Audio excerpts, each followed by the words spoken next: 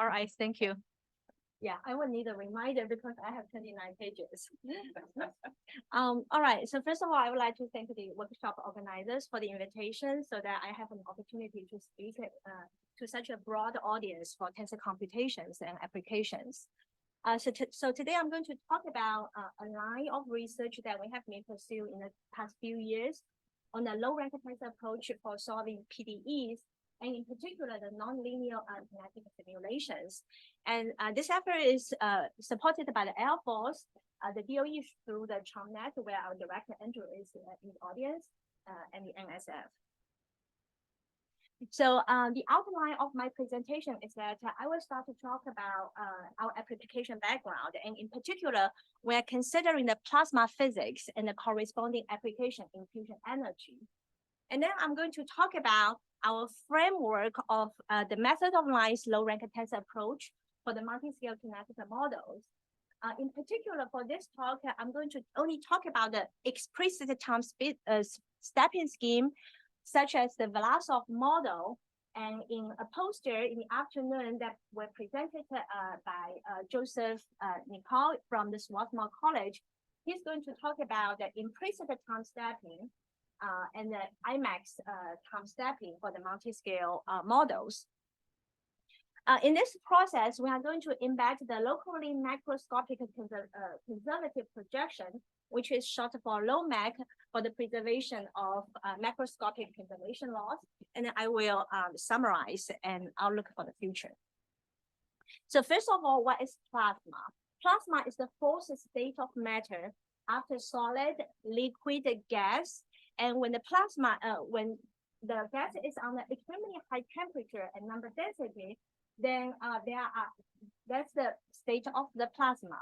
This chart gives you an overview of what type of plasma examples we might see.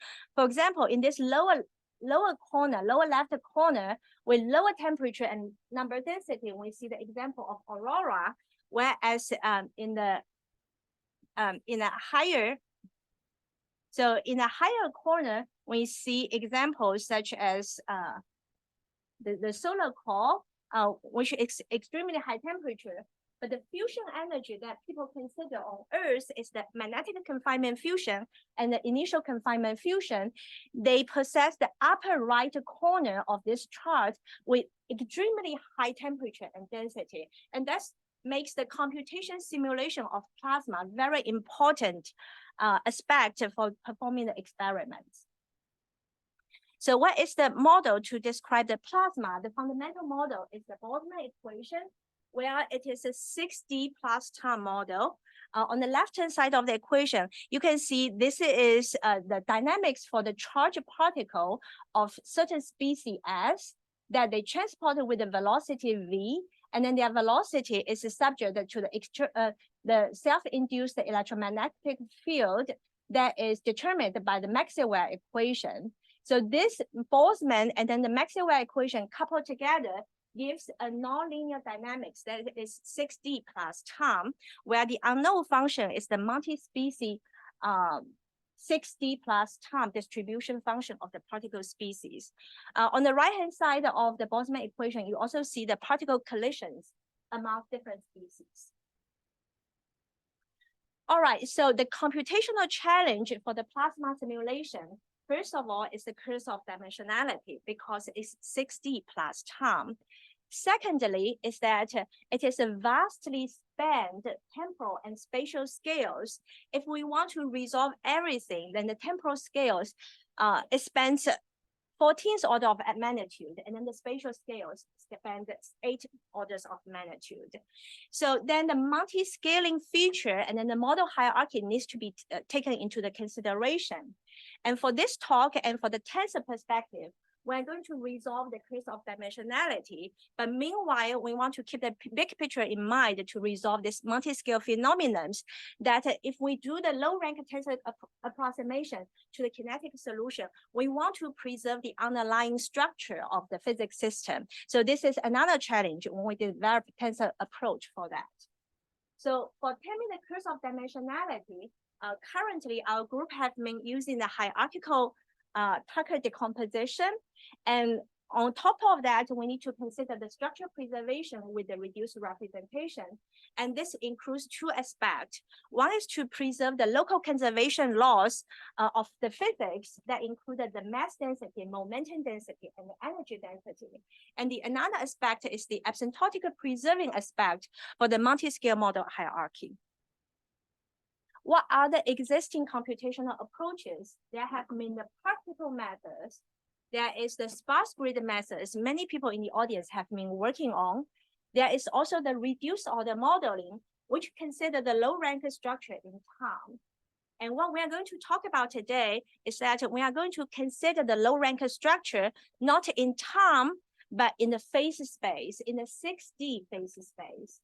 And in particular, in this direction, there have been two main approaches. One is the dynamic low rank approach that pioneered by the Lubick about more than 10 years ago. And recently it has been applied to the Kinetic community.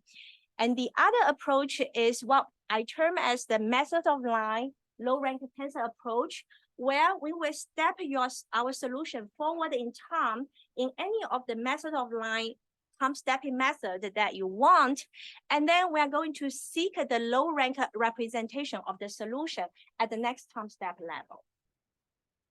And so for today, for the sake of this talk, we're going to only talk about the explicit time stepping, whereas in the afternoon, Joseph will have a poster talking about the implicit and IMAX method. And in parallel, we have some other development in this direction. So just for the sake of explaining the idea as simple as possible, we just consider the 1D in X and 1D in V. That is the Valeev-Poisson system, this equation 1. And before we talk about the method of line time evolution for the PDEs, I'm going to first talk about the low rank idea, which everyone in this audience will be very familiar with. But in terms of the PDE, if I see my PDE solution as a matrix, then it accepts this SVD decomposition, truncating the smaller singular values, then we will have a reduced representation of the solution.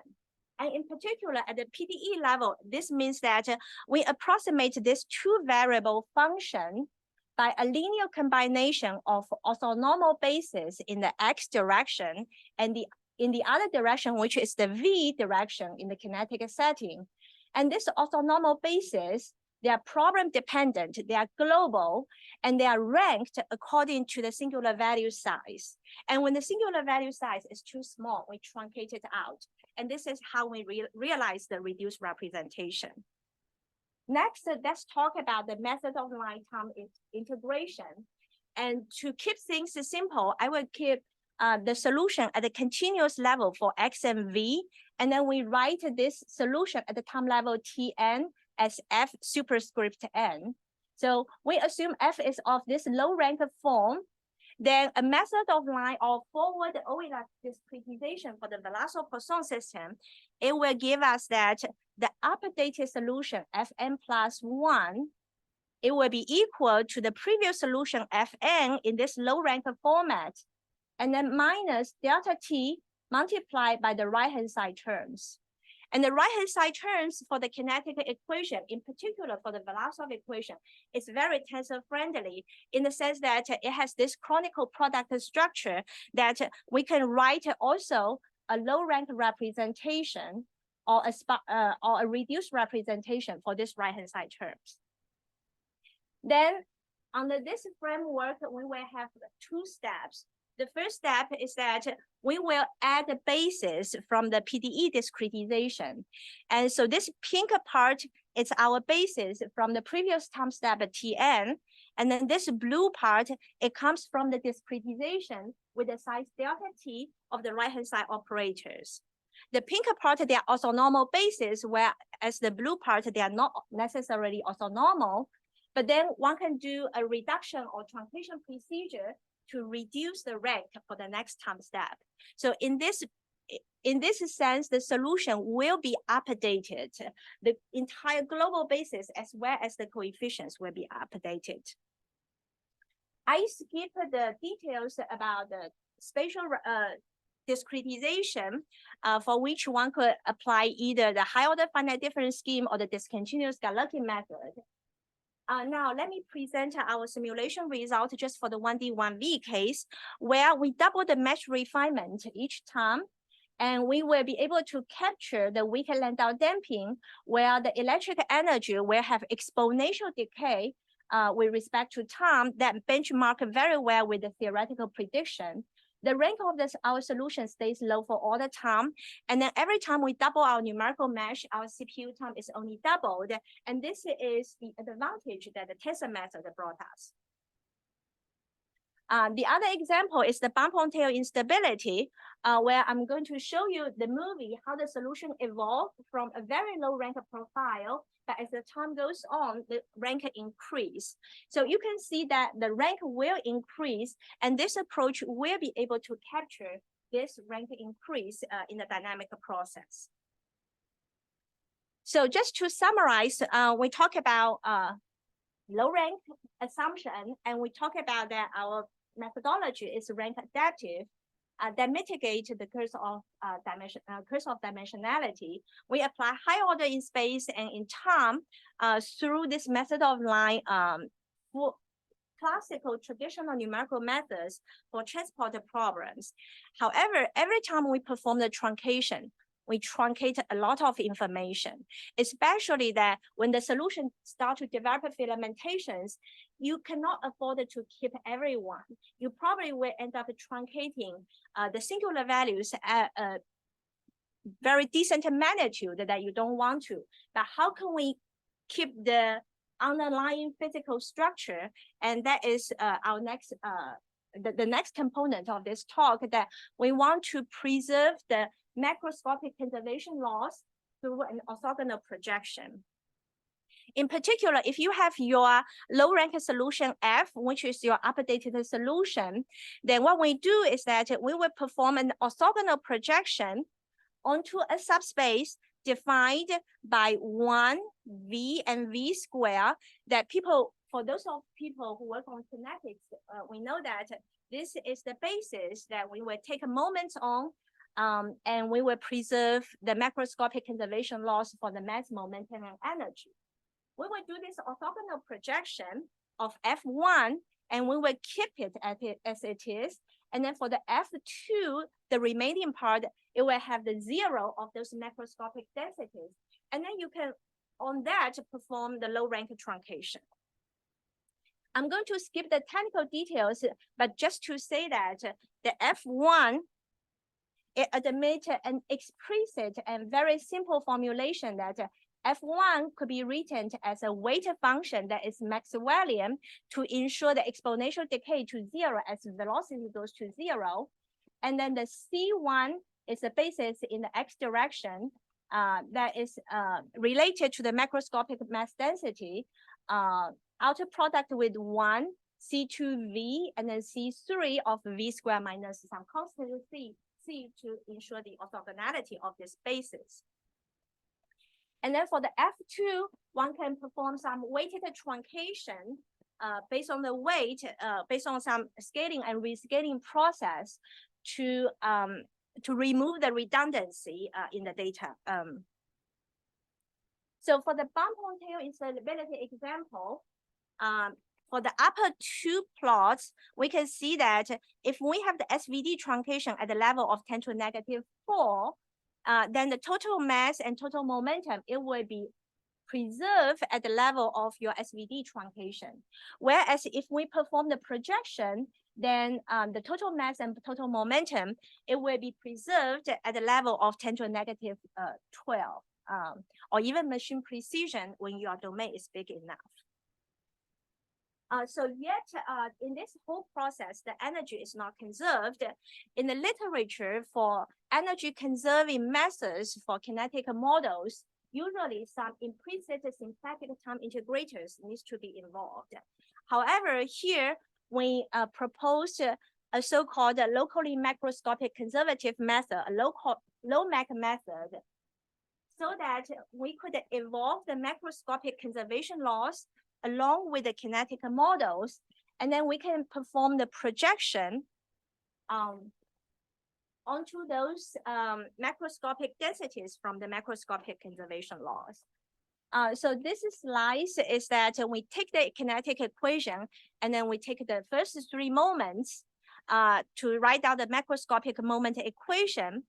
And then in the next is that we can pass our low rank kinetic solution into the macroscopic conservation laws, use them as the kinetic flux to update the solution at the next time level.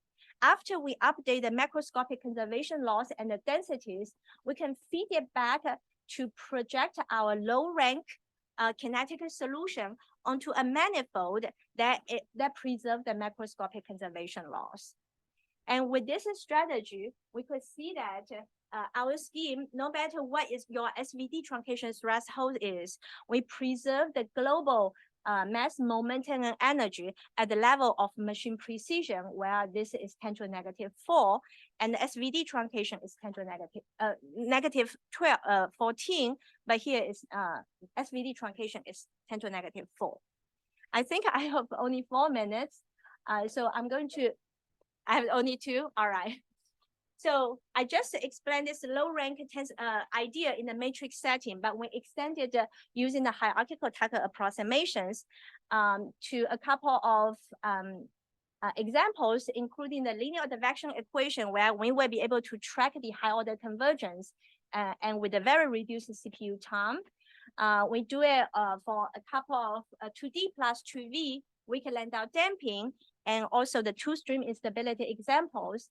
And we see that the rank, it will increase as the solution evolves, but the macroscopic total mass, momentum, and the energy, they are preserved at the level of machine precision. And so I think I probably have only 1 minute, and I'm going to save that minute to be my summary. So we propose this low rank tensor representation of the high dimensional kinetic solutions. And we also introduce this low macro projection to ensure the consistency of the conservation laws and eventually could ensure the consistency among the model hierarchies in a multi-scale setting. So for the ongoing work, we are working on developing implicit and IMAX method. You will see the poster in the afternoon by Joseph. And there is also a parallel development by Hamad, Luis, and Will on using the extended Krylov subspaces and the residual evaluation to speed up the computation for the implicit low rank methods. For the future pursuit, especially in the context of ChunNet, which is a parallel mimic center to the substitute, we are considering the software development of the tensor simulations for high dimensional PDE, or in particular kinetic simulations. And also because of the community here, and I see many talks on the hardware side, that we also be very open for discussions to talk about any hardware accelerations in this tensor PDE framework development in speed up the computation. With that, I will thank you for your attention. Thank you.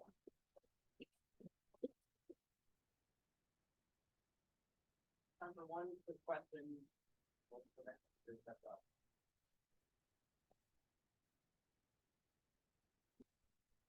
So I've got one question. When you're doing these successive low rank approximations, have you ever bound on how much the rank is at a time step? No. Okay. So we could just quantitate according to singular values, or if you say you have very limited computational resources, you could set as the maximum rank. But like if I have a rank K approximation, there's some bound on how much I should throw it. So it depends on how many PDE terms you have, and those right-hand side terms, how the rank will expand. Yeah, thank you. All right, by my watch, we are right on time, so I will turn it over to Will with Detmold. Hi, everyone. Thanks for the invitation to come to this workshop. It looks like a very interesting schedule. So I'm going to talk about using tensor decompositions in lattice quantum field theory. So this comes from what I do in my day job, which is really trying to understand the structure of matter from its most fundamental building blocks. So on the right, this is showing kind of the particles that occur in our fundamental description, which goes by the name of the standard model. So it involves quarks, electrons, photons, things like this. And the questions we try and address are related to what is the structure of matter? How does it depend on the parameters that go into this standard model of particle physics? How do we constrain those parameters from experiments, for example, at the Large Hadron Collider and from astrophysics?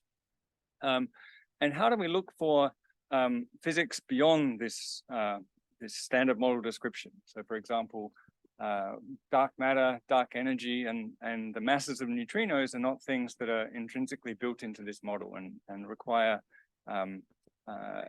additions. At the moment, we don't know exactly what those additions have to be, but this is kind of what we're trying to address. Okay, so this standard model doesn't just describe the fundamental particles themselves, the quarks and the photons, but it describes the emergence of complexity in matter. So things like how you get from the quarks and gluons inside the standard model to the particles we actually see in our particle detectors, so protons and pions and other particles. These are composite objects built up in very complicated ways from the quark and gluon degrees of freedom of the model that we write down.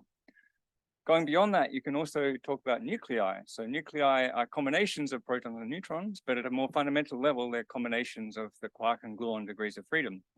And you can go further. You can go to very dense stellar objects like in the cores of supernova and in neutron star mergers. And the same physical principles that define the standard model are really describing the physics that goes on in those systems.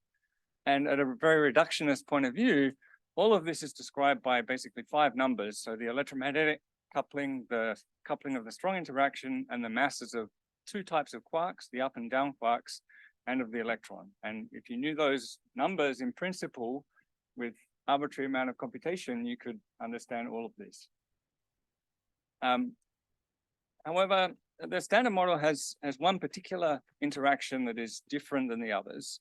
So it's built up from electromagnetic interactions, weak nuclear interactions that describe, for example, the decay of radioactive elements, and strong nuclear forces. So the strong nuclear force the theory that describes it is called quantum chromodynamics. And this is the force that takes the quarks and gluons in the standard model and binds them into protons and then binds those protons into nuclei. So this theory is kind of interesting. So it has a very distinctive property that if you go to very short distance scales or to very high energies, the interaction between the particles in the theory becomes very weak. And so you can do analytic calculations where you're doing perturbations in a small parameter. And so this is really how we discovered that this is the theory that describes the structure of the proton and the quark and gluon constituents of it. So going to very high energy experiments, you're able to compare to these analytic calculations. As you go to low energies, and this plot is basically showing how the force between 2 quarks inside a proton changes as you go from very high energies where we do collider experiments to everyday energies, for example, the protons and neutrons inside this table here. So here, this coupling becomes large and these analytic methods break down. But this is really the regime in which the structure of everyday matter emerges.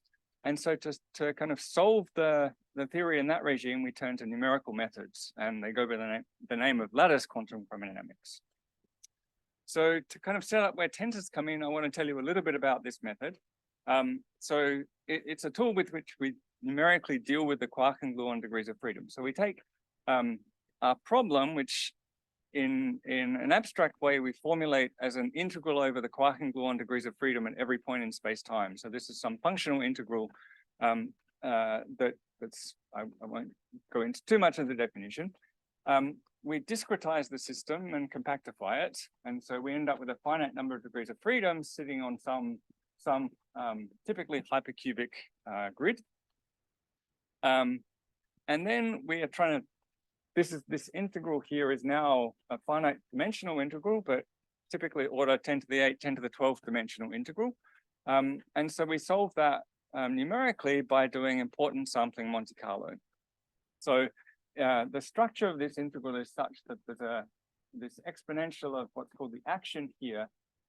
This is a real number, a real function of the field degrees of freedom. So you can think about this piece as a probability measure for doing this important sampling Monte Carlo, which I've written down here. And so then your expectation value of some physical observable that, for example, we'll see will give us the mass of the proton.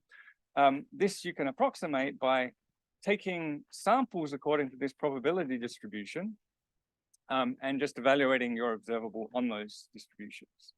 Okay? And then a large part of what we do is undoing the harm we've done in these previous steps. So we don't really want to discretize the system and we don't want to compactify it.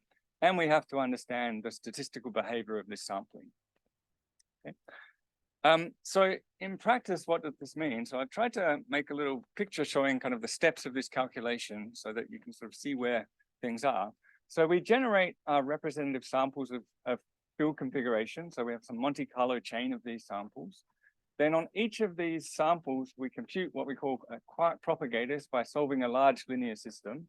So this matrix D is roughly 10 to the 10 on a side. And we solve this for various different right-hand sides here. This gives us some objects, which we just call quark propagators, that then we take and combine in various ways to form the physically interesting quantities, which I just call O1 for On here. And this is where the tensor computations come in. So these large objects here are combined in various ways, and you get these observables. Then you do this for each of the samples in your Monte Carlo stream, and then eventually you have to take some average to find the mean and take standard deviations and do your statistical analysis. Okay, so just as an example, the simplest thing we can do is look at the mass of the proton. So here, this is defined by an observable where we create 3 quarks at one point and then annihilate them somewhere else.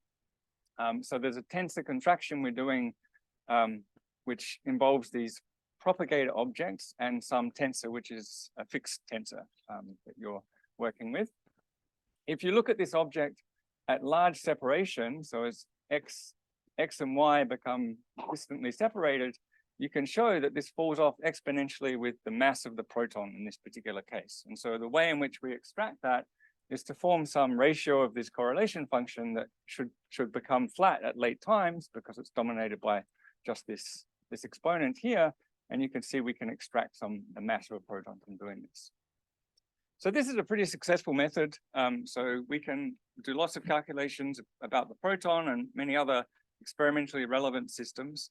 So, and basically by doing that, you verify that this theory of QCD does describe what we see in experiment, even at low energies, okay? Once you've done that, then you can start making predictions for things we don't know. So one recent example of pretty significant importance to our experimental friends is the so-called muon anomalous magnetic moments. So there's an experiment running at Fermilab out in Batavia, trying to measure this property of one of the particles called the muon. Previous standard model calculations of this, which I can have some other things to say afterwards, gave a number that shows there's a big discrepancy between the experimental determination and what the standard model was predicting. More recent Lattice QCD calculations have shown that that tension really is not so big. And we can do other things, for example, look at the structure of the proton in more detail, what the distribution of pressure inside it is, for example. Okay, so in the case of the proton, the tensor contraction we need to do is fairly straightforward. But if we want to do something more complicated, and I certainly do, so if you want to, for example, understand a nucleus, so here's an example of a nucleus of lead, which has 208 protons and neutrons in it. Then this tensor contraction starts becoming very, very complicated. So it involves down here, this fixed tensor T, and then some sum of terms here, which if for lead is in fact 10 to the 1300 different terms here. Of course, we can't do that now, but it's something that would be great if we could in the future. So you can, just by looking at the factorial scaling of the way in which these tensors are generated, you can see that the cost of looking at a nucleus with atomic number A and proton number Z is factorially bad in these two quantities. And this limits us really to looking at order atomic number 5 at the moment. Okay. But if we could calculate those things, then we could measure properties like the mass of a lead nucleus. So this factorial complexity comes about because of the symmetry properties of the quark fields, which are these fermionic degrees of freedom that anti-commute. So if I interchange them, I have to pick up a minus sign. This is very similar to problems that occur in quantum chemistry because electrons are also fermionic objects. So there are, as well as these permutation symmetries between the quarks, there are also other symmetries of this system. The names don't really matter, but there's flavors of quarks, colors of quarks, and then the space-time symmetries of the systems we're looking at. All of those things give us lots of redundant terms in these very large expressions that if you could find those redundancies, you would save doing the additional work. Another important aspect is these tensor contractions occur inside this long Monte Carlo stream of different samples, and we do the same tensor contraction on each sample, just with different inputs. So if you can work to make that tensor contraction efficient, you can work very hard to make it efficient, and you gain back because you're going to use it many, many times. There are also many different operators, so physical operators that we're interested in looking at, which we study from the same input data, these quark propagators. And so if you look at the system of all of those tensor contractions we want to do, there's lots of potential for doing common subexpression elimination and things like that. So one example of that is kind of intrinsic to the problem. So one of the symmetries is the color symmetry. So quarks come in 3 different colors, and physical states that can actually hit a detector have to be a singlet under the symmetry group that is associated with that color quantum number. And so basically things come in groups of 3 because it's this SU3 symmetry. So in all of if you draw graphs for all of the contractions that we try and do, they look something like this, and you can almost universally group things into groups of 3. Right? And so there's this very intrinsic structure to these contractions that you can use to well, they're basically common subexpressions that occur that you can eliminate. So you can define a baryon block which takes 3 of these quark propagator objects and combines it into a 3-indexed object here. And then you can build your full contraction out of these objects. So this dramatically simplifies the calculation. So you basically gain a factor of about 2 to the atomic number of the system. But for something like lead, this really doesn't help. It's still completely unmanageable. So finding these common subexpressions is at some level simple for this very first case, but then going beyond that to more complicated things becomes rapidly something you don't want to try and do by hand inspection. And so we've been investigating using an equality graph framework to try and search over possible ways of rewriting these contraction expressions, applying these symmetries and doing lots of different reorderings of them to try and reduce the computation we need to do. So to do that, you need to define a cost function for this optimal rewriting of your expressions. So that depends on, of course, how much computation you want to do, but also the memory requirements of these intermediate objects that you're going to create. In this problem, for large nuclei, it's not really possible to do a full exploration of the space of rewrites or to really do a global extraction of the minimum cost. But you can do kind of heuristic things that seem to look promising. So just down here is a plot showing basically the cost of the optimized tensor contractions versus the unoptimized one here. And for some systems, this is basically baryon number 2 systems, or atomic number 2 systems, 3 and 4 systems. You see there are some significant speedups that you can find. So as well as that, you can try and make your implementation of this mathematical expressions more efficient. So we've been working with the group of Saman Amara Singh at MIT to try and implement these tensor contractions in an efficient way. So we're using the tiramisu polyhedral compiler framework that was developed for this, amongst other things. And this is basically a domain-specific language for doing matrix and tensor operations. It does things like loop reordering and tiling for you. And you can basically explore lots of different automatic schedulings that you can do for the computation. It also allows us to rapidly deploy our calculations on different architectures because it has different backends. So this is kind of a pretty nice system. And recently we've used this in our first physics paper calculation where we look at systems involving 2 protons and neutrons. And just in that particular case, you see roughly order 100 times speed up of the code over a naive C implementation of the same calculation. We're also working with one of Saman's grad students, Theo Collin, on a more Lattice QCD specific domain-specific language that will help us be kind of more efficient even in going from our physics expressions to the actual code that we run. So the last thing I want to talk about was looking at sparsity. So these propagators are dense data objects. So every entry in these matrices is non-zero, but there's a physical sparsity that lives inside them. So QCD is a theory that's characterized by a typical length scale. So you can think about the size of a proton as being the typical scale of QCD, and that's roughly 10 to the minus 15 meters. But it's a scale of the theory that is there. And what you find is that the degrees of freedom in these calculations are correlated over regions of that size. So typically we do calculations in boxes that are, I don't know, maybe on a side are 5 to 10 times the size of this proton in each direction. And so you have lots of sub-regions in that computational volume where you have correlations. So that means that things like doing domain decomposed linear solvers and algebraic multigrid actually work quite well, for this. But it also means that if we try and do our tensor contraction tasks over every site on our space-time grid, then you're doing not redundant work, but work that has a lot of partial redundancy between it in terms of the physical information that it encodes. So we've been trying to make use of this sparsity in doing our contractions.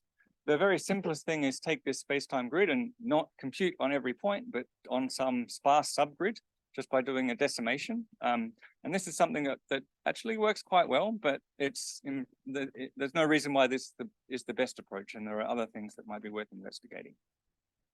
So just to summarize, tensor contractions are pretty ubiquitous in lattice QCD calculations. Looking at things like nuclei, they really come to the fore. They are a key obstacle to really making progress on those systems. I think there's lots of opportunities for significant progress. So in trying to work out what the optimal strategies for doing these tensor calculations is, optimizing code that implements them, and thinking about sparsification of coming from the point of view of physics-based sparsification. And I'm certainly happy to talk with people here about other possibilities for improving our calculations of these quantities. Thank you.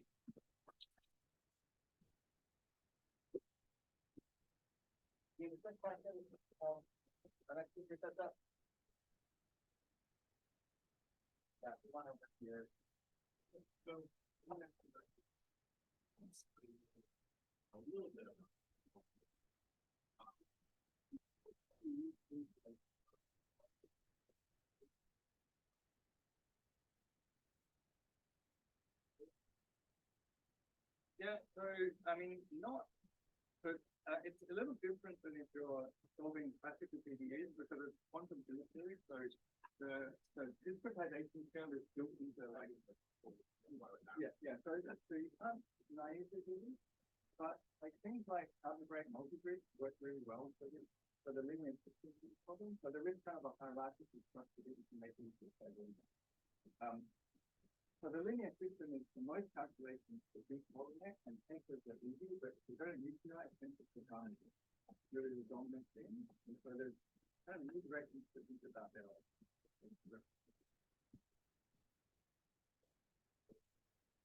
Yeah, so I'm wondering, so yeah, you mentioned a lot of tensors being used in those calculations. So I'm wondering, is there any structure of those tensors? So for example, it's low rank, and maybe you can represent that as a tensor network. Yep.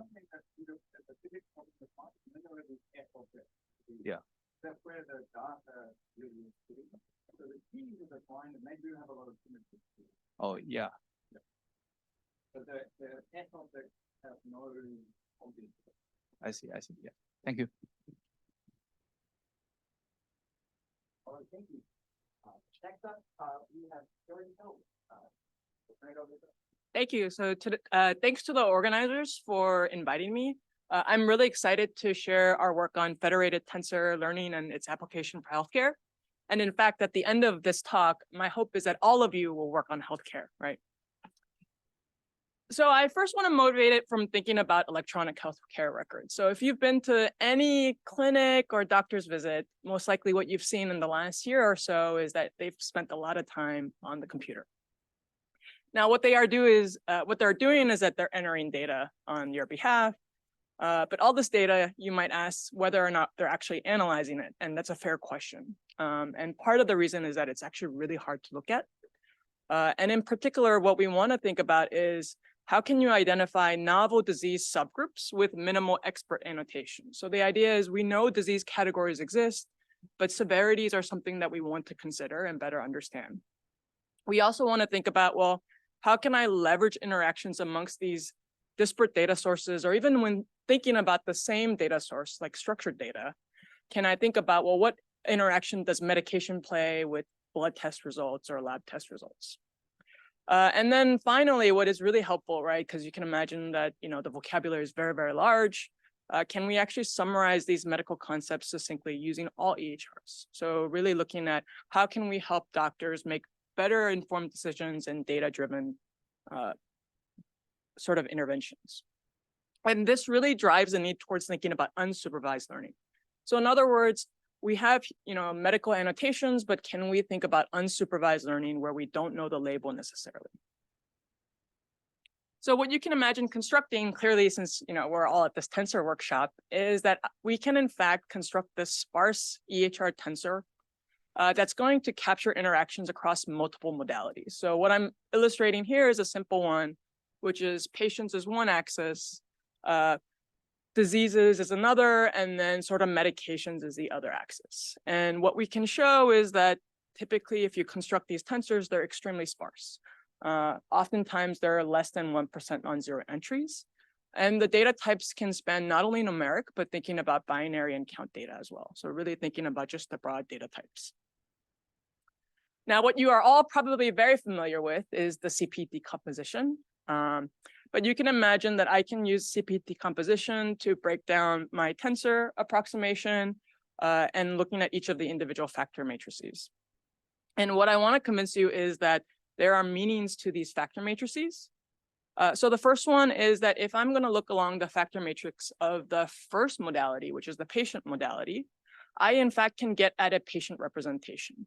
And what that means is that I'm looking at subgroup memberships. And one of the key things that I want to highlight in thinking about this is that a patient can belong to multiple different subgroups. And that's one of the really nice benefits of tensors. But the other thing to think about, right, is along the other dimensions where it's not the patient. So in fact, you can view those as subgroup definitions. And what my collaborators and I have shown is that you can in fact put constraints on these for thinking about making them sparse for interpretation, asking that they have diversity of elements within them, right? So that I can start to tease out overlap subgroups. And I can also think about encoding discrimination. So I want some of them to have predictive value for, let's say, hypertension or diabetes. And what we've been able to show is that many of the subgroup definitions that naturally come out from this unsupervised learning are meaningful to practitioners. But also the patient embedding itself is extremely strong. So in some cases, it actually will outperform a deep learning model by itself, right, with the raw representation. And that is because EHR tensors, or we hypothesize it's because they're sparse, and so deep learning models really can't capture that. So in thinking about this, this is sort of really promising, but there are some challenges in trying to deploy this into practice. And that's what I'm going to spend the rest of my talk discussing. So oftentimes, if you think about a healthcare system, they're really fractured in the United States. You'll have stuff in rural places, you'll have healthcare systems that span different hospitals, and even within the same healthcare system, so Emory is a prime example of this, we in fact can't share data across hospitals. So we have 11 hospitals. Only in the last 2 years or so have we actually merged onto the same system. So naturally, the big question is, well, how can I actually get more data to be able to improve generalization? And what we would consider is that we want to store all the data at a single location. Now, it turns out that there's a lot of challenges in thinking about that. So the first one is that you can't centralize all this data because patient information is protected, right? So in other words, unless you get buy-off from the patient, I can't readily share with somebody in Chicago or even down the street within Atlanta.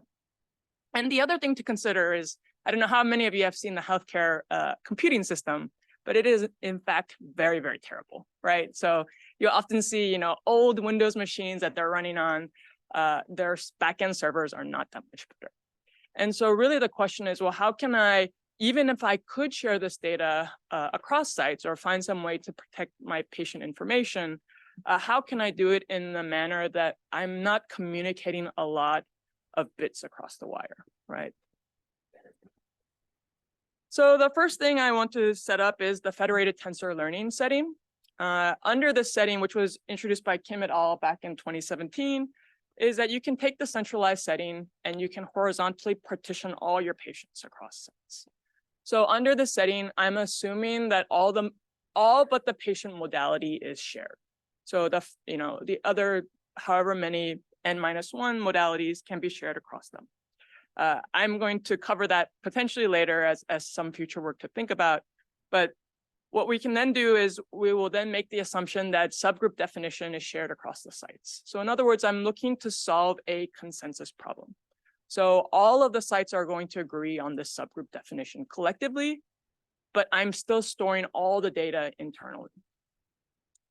And some of the benefits you can imagine is that I, in fact, can do parallel local computation. So you can think of this as a slight extension of how we think about distributed tensor learning, with a caveat that there is some stuff that I cannot quite share.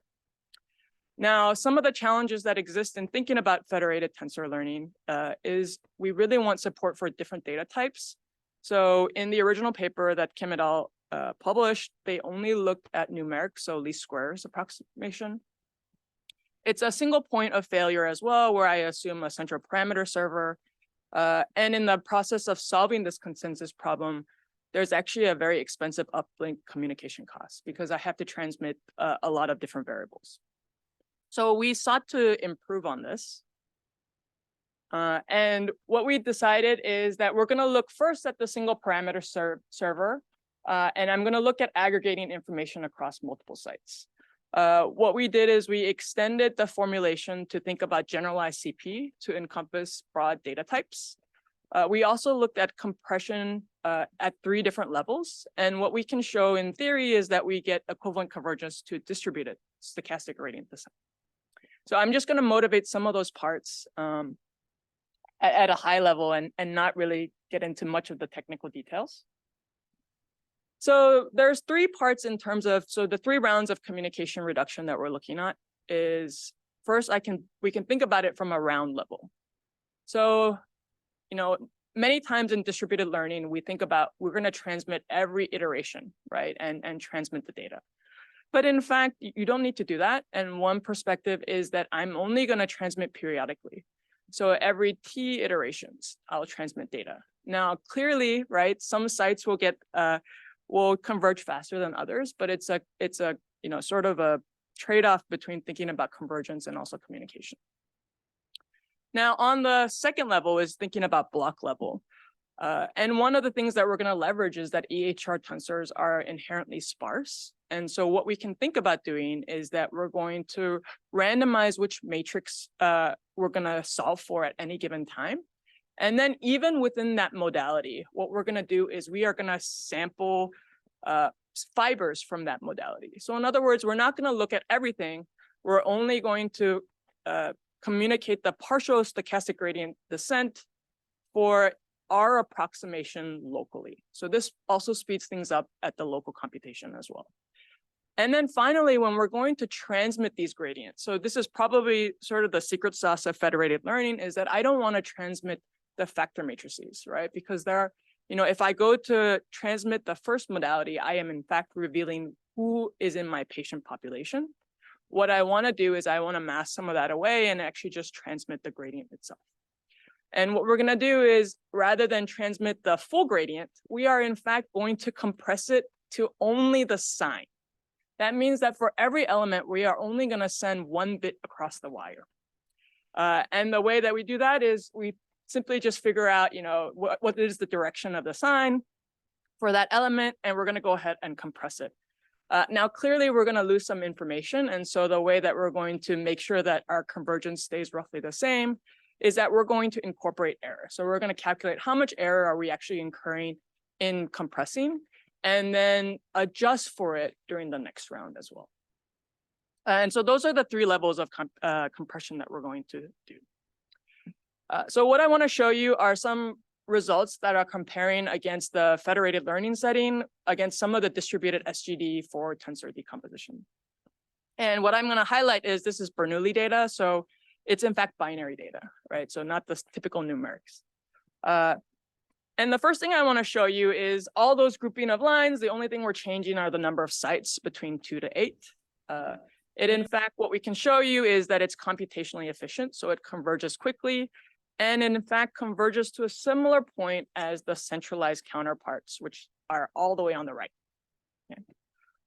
The other thing that I want to highlight is also in thinking about this, right? Clearly, communication is one of the things that we care a lot about, is to look at the gap between the communication costs and the loss at any given time. And what you'll see, in fact, is that our model, where we compress at the 3 level, in fact, reduces communication costs by 99.99%, right? Which is pretty amazing. But you might be thinking, well, that's great. I can show that it converges quickly and it's useful, but how does it compare if I'm looking at the patient embeddings? And so what I'm showing here is a t-SNE result for looking at the patient subgroups. So if I was going to look at what are the patient representations, and each point is a patient in my space, and I'm looking in particular at 4 different subgroups. And I forget exactly what they were, but they were meaningful when annotated by a healthcare provider. On the left-hand side is the centralized version, and on the right-hand side is our proposed version with 8 different sites. And what I hope to convince you relatively quickly is that the patient representation is similar to the centralized setting. So in fact, in doing all this compression, right, and in only setting the gradient, we in fact can recover almost the original data, right, or the original factors. So that's great. We next decided, well, clearly, the central parameter server can be a single point of failure. If the hardware goes down, I clearly can't communicate anymore. There's also the natural problem of who would administer this. And so what we wanted to tackle was the decentralized federated learning setting. So in this scenario, the idea is that I, in fact, only transmit to the neighbors that I have links with, and I'm not transmitting through an aggregate source. And what we can do is we support ring and star communication topology. It'll become a little bit more apparent in the next slide or so. And then building on top of our previous work, the big things that we brought to this is that we're going to speed up the SGD using Nesterov's momentum locally. And then we're also thinking about event triggering, which is to also reduce communications. And in particular, event triggering basically means I'm only going to communicate with my neighbors if there is sufficient change for me to justify communicating. So in the interest of time, I'm not going to bore you with the details, and I'm just going to give you the results, similar to what we did for the previous centralized setting. And what you'll notice here is very similar as well, which is that the convergence loss is comparable to the baselines and they're computationally efficient. And also in looking at the communication costs, there are also less communication, roughly 99.9% to the other decentralized baselines as well. So in fact, you can think about this, we're able to achieve similar results without requiring a central parameter server. Now, if I want to think about it from the perspective of topology, right? So what you see is a ring and the star. The ring, star just means that I have more connections. This is just looking at the two differences. So the dotted line is the star and the solid line is the ring. The convergence loss and time is comparable across both topologies. So if I look at total clock time, there isn't much change. But what is more interesting is that the ring topology incurs higher communication costs, and that's just because it's going to take longer for it to circle. So the less connections you have with your sites, then clearly it'll require a little bit more time before you actually converge in practice. So I just want to summarize the work and sort of leave time for questions. But what we introduced was generalized federated tensor factorization with multi-level communication reduction. And we can guarantee convergence similar to distributed SGD. We were also the first to introduce a decentralized generalized tensor factorization. And I really want to acknowledge the students in my group and my collaborators for all this work, and also thank NSF and NIH who funded this work.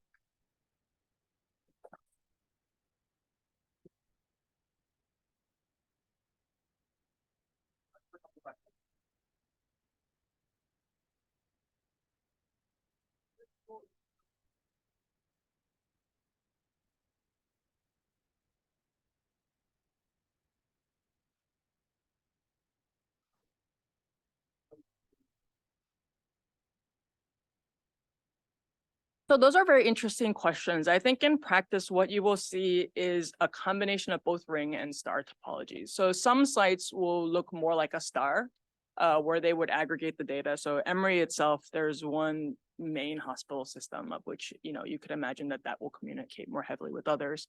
But across healthcare systems, probably one or two connections based on geographic diversity. We haven't quite thought about failure, right? So that is clearly one of the things that would be interesting to tackle in the context of federated learning. And I don't know that there are necessarily mechanisms in place to deal with that in practice, but it would be an interesting problem to tackle for sure. Yeah.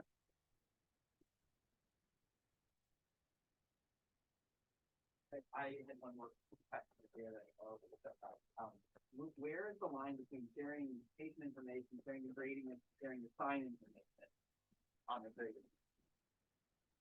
So the line depends on which side of the world you sit on.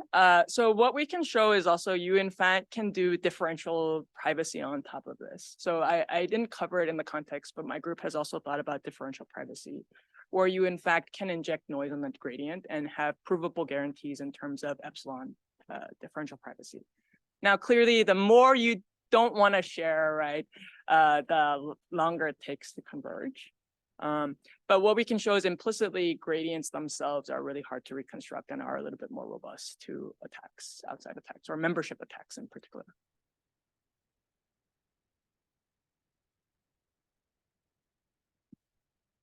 You said you share the gradient sign. Yes.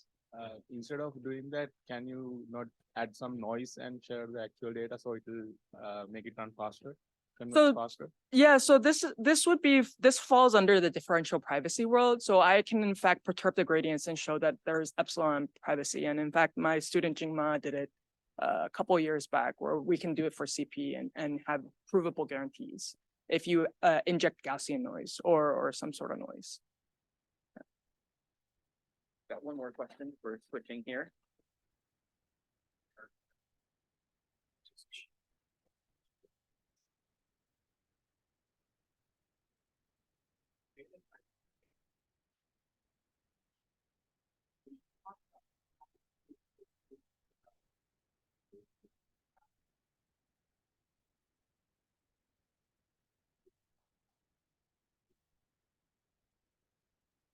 So what I can say is what we assume is a common theme.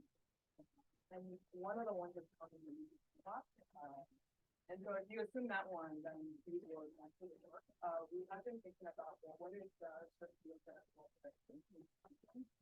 how can we think about more vector units that we can we think about without these?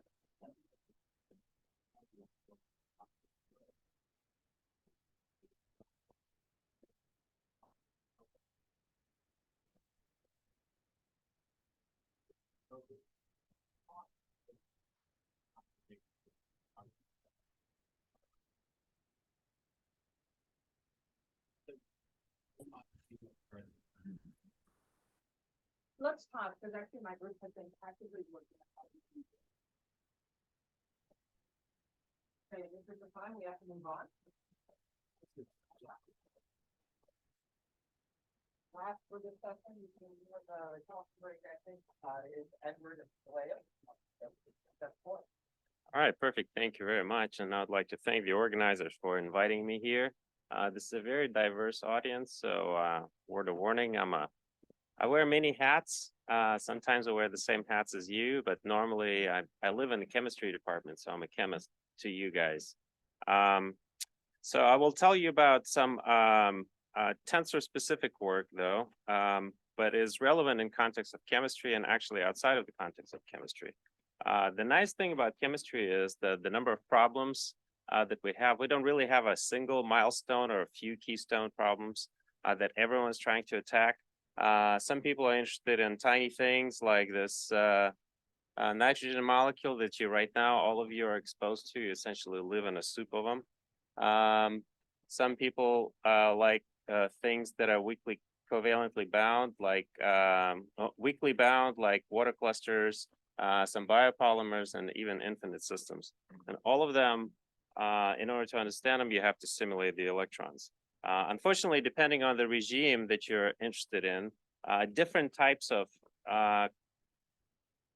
physics, if you will, arise as a result of quantum mechanics. So I want to start out just to give you an overview of types of tensorial structures and the way we deal with the dimensionality problem, which of course we run into. So unlike the couple talks ago where we heard the nice, beautiful introduction to the full quantum field theory, we normally work in configuration space since the number of particles is fixed. Not always, but usually. And it's the easiest starting point, really. It's probably something that you saw maybe in the general chemistry or maybe basic physics class. So we'll write down a state as some function of many variables. And the number of these variables is, well, in the nitrogen molecule is 14. And so it's already quite a few variables, 3 times that, actually 4 times that if you count spin. So we normally expand this in one particle base. I'm not going to discuss where that basis comes from. What saves us really is that molecules are mostly atoms. The chemistry is a small perturbation on it. Unfortunately, to getting that tiny effect, that's all we have to work really hard. We need many digits. We need many digits of accuracy in the representation. So that's a numerical complication. So now we're once we discretize this, this is a big tensor. It's got the way I drew it here is n degrees of freedom, but the number of dimension of each mode here is roughly proportional, also grows with the number of particles. You can switch the occupation number representation, which is convenient for indistinguishable particles, has strengths and weaknesses really. And on quantum computers, certainly you want to do that. And so you end up with a tensor that looks a bit similar. And instead of now modes corresponding to different particles, modes correspond to different states of electrons. In both cases, you have the factorial storage and operation complexity. So, of course, we're not interested just in taking a tensor and compressing it. What we really want to do is solve some equations with the unknowns being tensors, and also knowns in it, such as the Hamiltonian, which is problem specific, is a tensor as well. So for example, again, the molecule I mentioned, the nitrogen molecule, it's got 14 electrons. So imagine you have M here is 60. So in the occupation number representation, you have a tensor with 60 modes and so on. The size of psi that we're computing in a particular basis that's reasonable for quantitative accuracy is fairly large. But turns out what saves us is that things are very sparse. So only about 10 to the 9 elements are significant. Unfortunately, working in taking advantage of element sparsity is rarely practical. Unlike, let's say, people in data science where, I don't know, knowledge graph is very, very sparse. Typically in a simulation, the relevant regimes is where sparsity is not that high. And or if it's really, really high, there are always ways to essentially a priori compress down to the more dense representation. So it's more essential, almost always we have to deal with data sparsity, more general data sparsity. So what types of data sparsities? Depends on, again, who you are. If you're a physicist or maybe a chemist who's more cutting edge than me, you might be looking at tensor networks like matrix product states, PEPs, a bit more cutting edge, and so others. We've played around with CP. The nice thing about representations like this is they treat all degrees of freedom equivalently. Unfortunately, it's not the most efficient way. So in chemistry, in physics also, we grew an alternative way where a tensor can be viewed as being approximated by a sum of tensor networks. So essentially encode not the tensor itself, but actually the difference in probability amplitudes relative to a simple state. And so this wave operator that encodes those differences is written as a linear combination or in general an exponential, and that makes sense from if you study stat mech, of some correlators. Essentially, these operators here, they're tensors, and they introduce 2-body correlations, 3-body correlations, and so on. For practical purposes, we can truncate to 2 to 4-body correlators only and get most of the chemistry we care about, at least I care about. So an example of the simplest model in this flavor of approximation is a CCD, couple cluster doubles equation. And so, as I mentioned, since the tensor is approximated as sum of tensor networks, then the equations also become sums of tensor networks. These tensor networks are fairly large, even though the number of degrees of freedom, even in this case, is small. But again, for practical calculations, as the system grows large, then the sizes of tensors grow as high order polynomial power, and you also have to compute quite a bit. Maybe not on the scale of lattice QCD, but it's pretty large. And also, if we want to be more accurate, this can increase arbitrarily. There are ways to reduce the costs by global factorization, but that's no longer really state of the art. So that's what I wanted to discuss is what is state of the art nowadays in many body simulation and chemistry.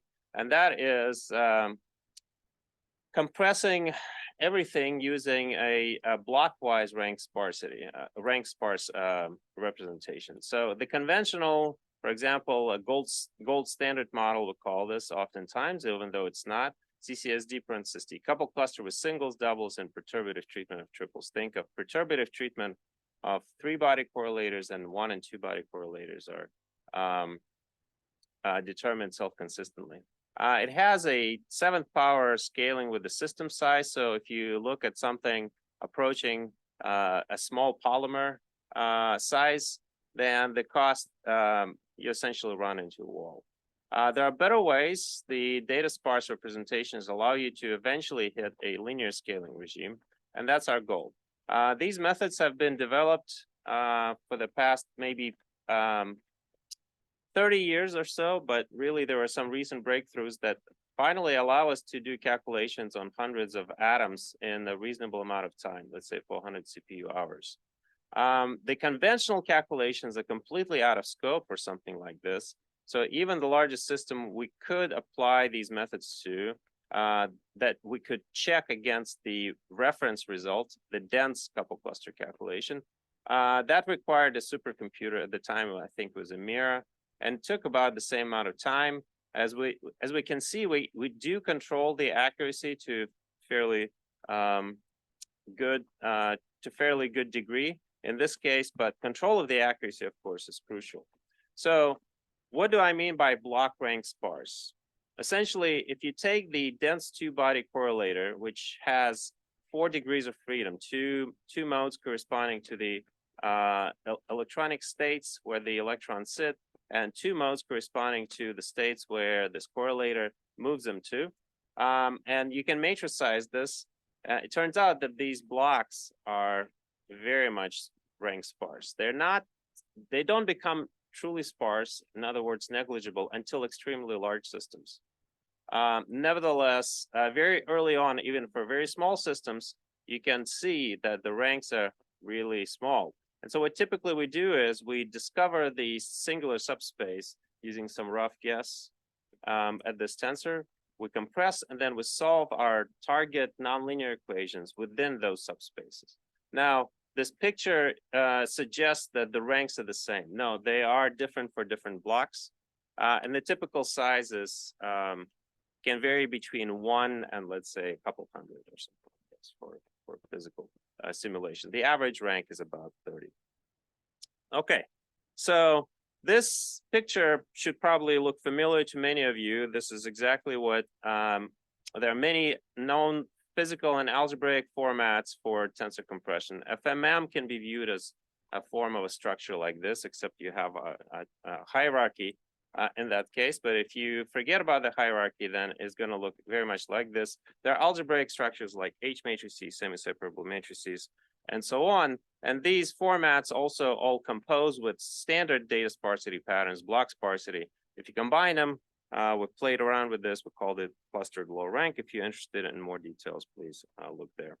So there are implementational challenges and computational challenges. And I think this group is very well positioned to actually get interested in this and help us move the field forward. So first of all, the equations become more complicated. So because we're dealing now with tensors of tensors, then you have the conventional Einsam style tensor expression encoding no longer works. You have basically outer indices and inner indices, and you have non-covariant algebra in general. So whereas in regular many-body theories, you had summation indices either were contracted out or left alone. Here they can be contracted. Well, they can appear on both tensors, the arguments, and in the result as well. So you can think of them as batching. Of course, obviously, because we're in data sparse regime, then instead of a very large dense problems, we're dealing with a bunch of smaller problems and so on. So performance becomes more complicated. Of course, I showed you those equations before. They were very large. So we've been working on for quite a while and trying to automate actual implementation. So we also have done work on manual implementation of these methods, but it's clear that to move the field forward, we need progress in automating the derivation and symbolic manipulation of these equations and also their implementation. So formally, as I mentioned, we start out with something that's very simple. The starting equations are always very compact. But once you lower them down to the level of tensors, then you have this exponential explosion in complexity of these equations. And then what you want to do is you want to do some optimizations. For example, figure out how each tensor network should be evaluated, common subexpression elimination, fusion, and so on. So these are standard techniques that are going to be familiar to many of you. And then you want to go down to lower level IR, since these tensors are going to be actually some distributed block sparse objects. You want to actually deal with actual blocks. And so you may some lower level intermediate representations on the way down to evaluation of this. So we've done quite a bit of work on both attacking the upper level levels of this stack. And this is the work I'll mention initially. And then also lower levels of the stack. So these two are the two software packages, one called Sequent and the other one is called Telluride. So let's talk a little bit about Sequent. Very briefly, so it's too big of a topic really, and I originally meant to talk about primarily only about Sequent, but really this is more of a survey talk. So if you're interested in more details, please. But hopefully this will make you interested. So it turns out this new type of tensor algebra actually makes a lot of old problems new again. So for example, we need to be able to look at a tensor network with these weird sub-indices or index dependencies in them and be able to match them. So it's a tensor network canonicalization problem. And there are standard algorithms for it. Butler, Portugal, but they're known to be suboptimal. So actually, we developed some custom solutions where we take the tensor networks and map them to colored graphs. The symmetry of the tensors are encoded in the structure of the graph. And by going to the graph-based representation of the algebraic specification, allows us to also deal with index dependencies in a straightforward way, and also encode the symmetries of those relationships as well. And then we use the standard colored graph canonicalization, automorphism computation, and canonicalization techniques. We actually did not reinvent the wheel there. So that allows us actually to improve significantly in the state of the art for conventional tensor network canonicalization, and also allows us to also do this for these new P&O style tensor networks. So it improves significantly on Butler Portugal algorithms. And that allows us actually to have an entire stack for symbolic derivation and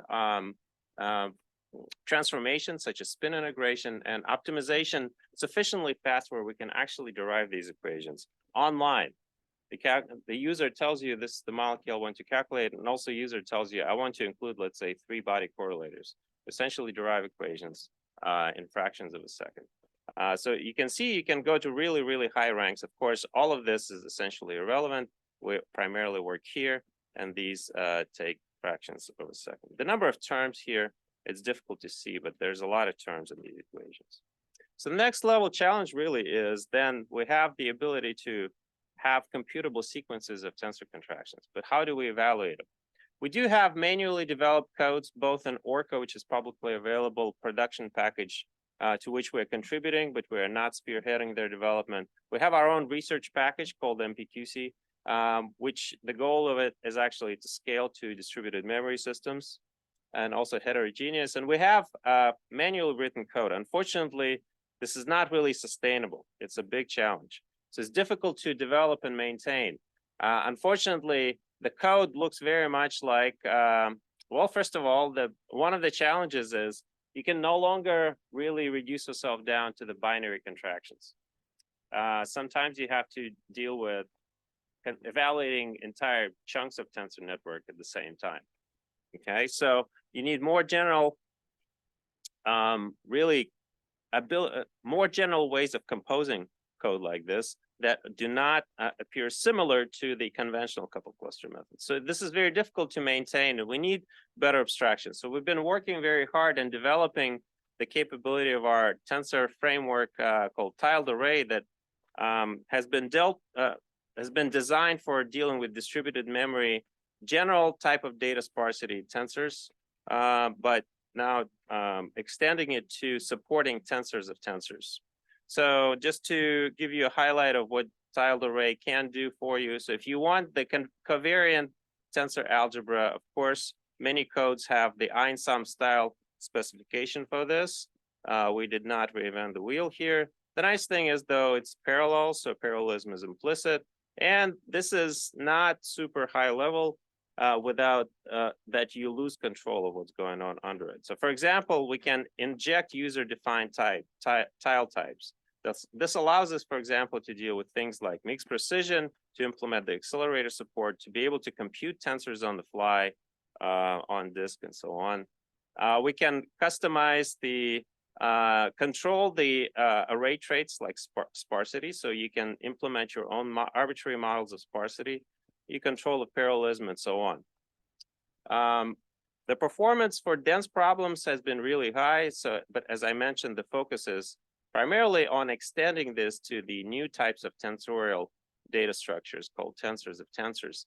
And the interesting thing is, so yes, we can do it now. The Einsam specification has to be sort of extended because now you have outer indices and inner indices. And so it's quite a bit of work, actually. This is not something that, for example, NumPy is going to be trivial, easy to extend, for example. So that's why we unfortunately have to do this ourselves. Okay. All right. So I'm going to skip the very last talk, except if you're interested in figuring out how you can actually performantly and sanely compose irregular algorithms like tensor block sparse tensor contractions, please check out our recent work on programming model called task template graphs, which allows you to encode very large and dynamic graphs as very simple graphs. And recently we added support for the accelerators. Finally, so this is now ready for sort of mass use, and the tests on Frontier revealed that indeed for a very simple problem, this is the very first application, we can actually beat state of the art. All right, so I wanted to stop here, thank the funding agencies, and I'm looking forward to the discussions. Hopefully this will find some people who are interested on the computer science side, and I would be happy to discuss the computational and also sort of formal challenges of dealing with new types of tensor algebras I outlined here. Thank you.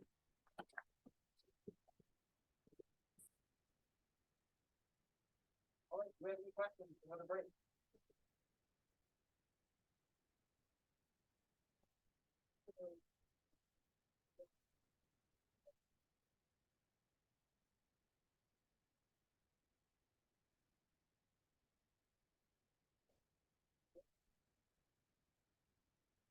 Yeah, so you essentially you have to discover the singular subspace. You have to discover the rank. So what we normally do is, as I said, we have a crude, very cheap way of making a guess, and then we compress those blocks, and then we fix the subspace. We've actually shown that for high order models, you actually want to update the subspace. But yes, normally the standard way, the cheapest way is to essentially compute, discover the subspace, and then fix it, and then compute, solve the nonlinear equations within that subspace self-consistently.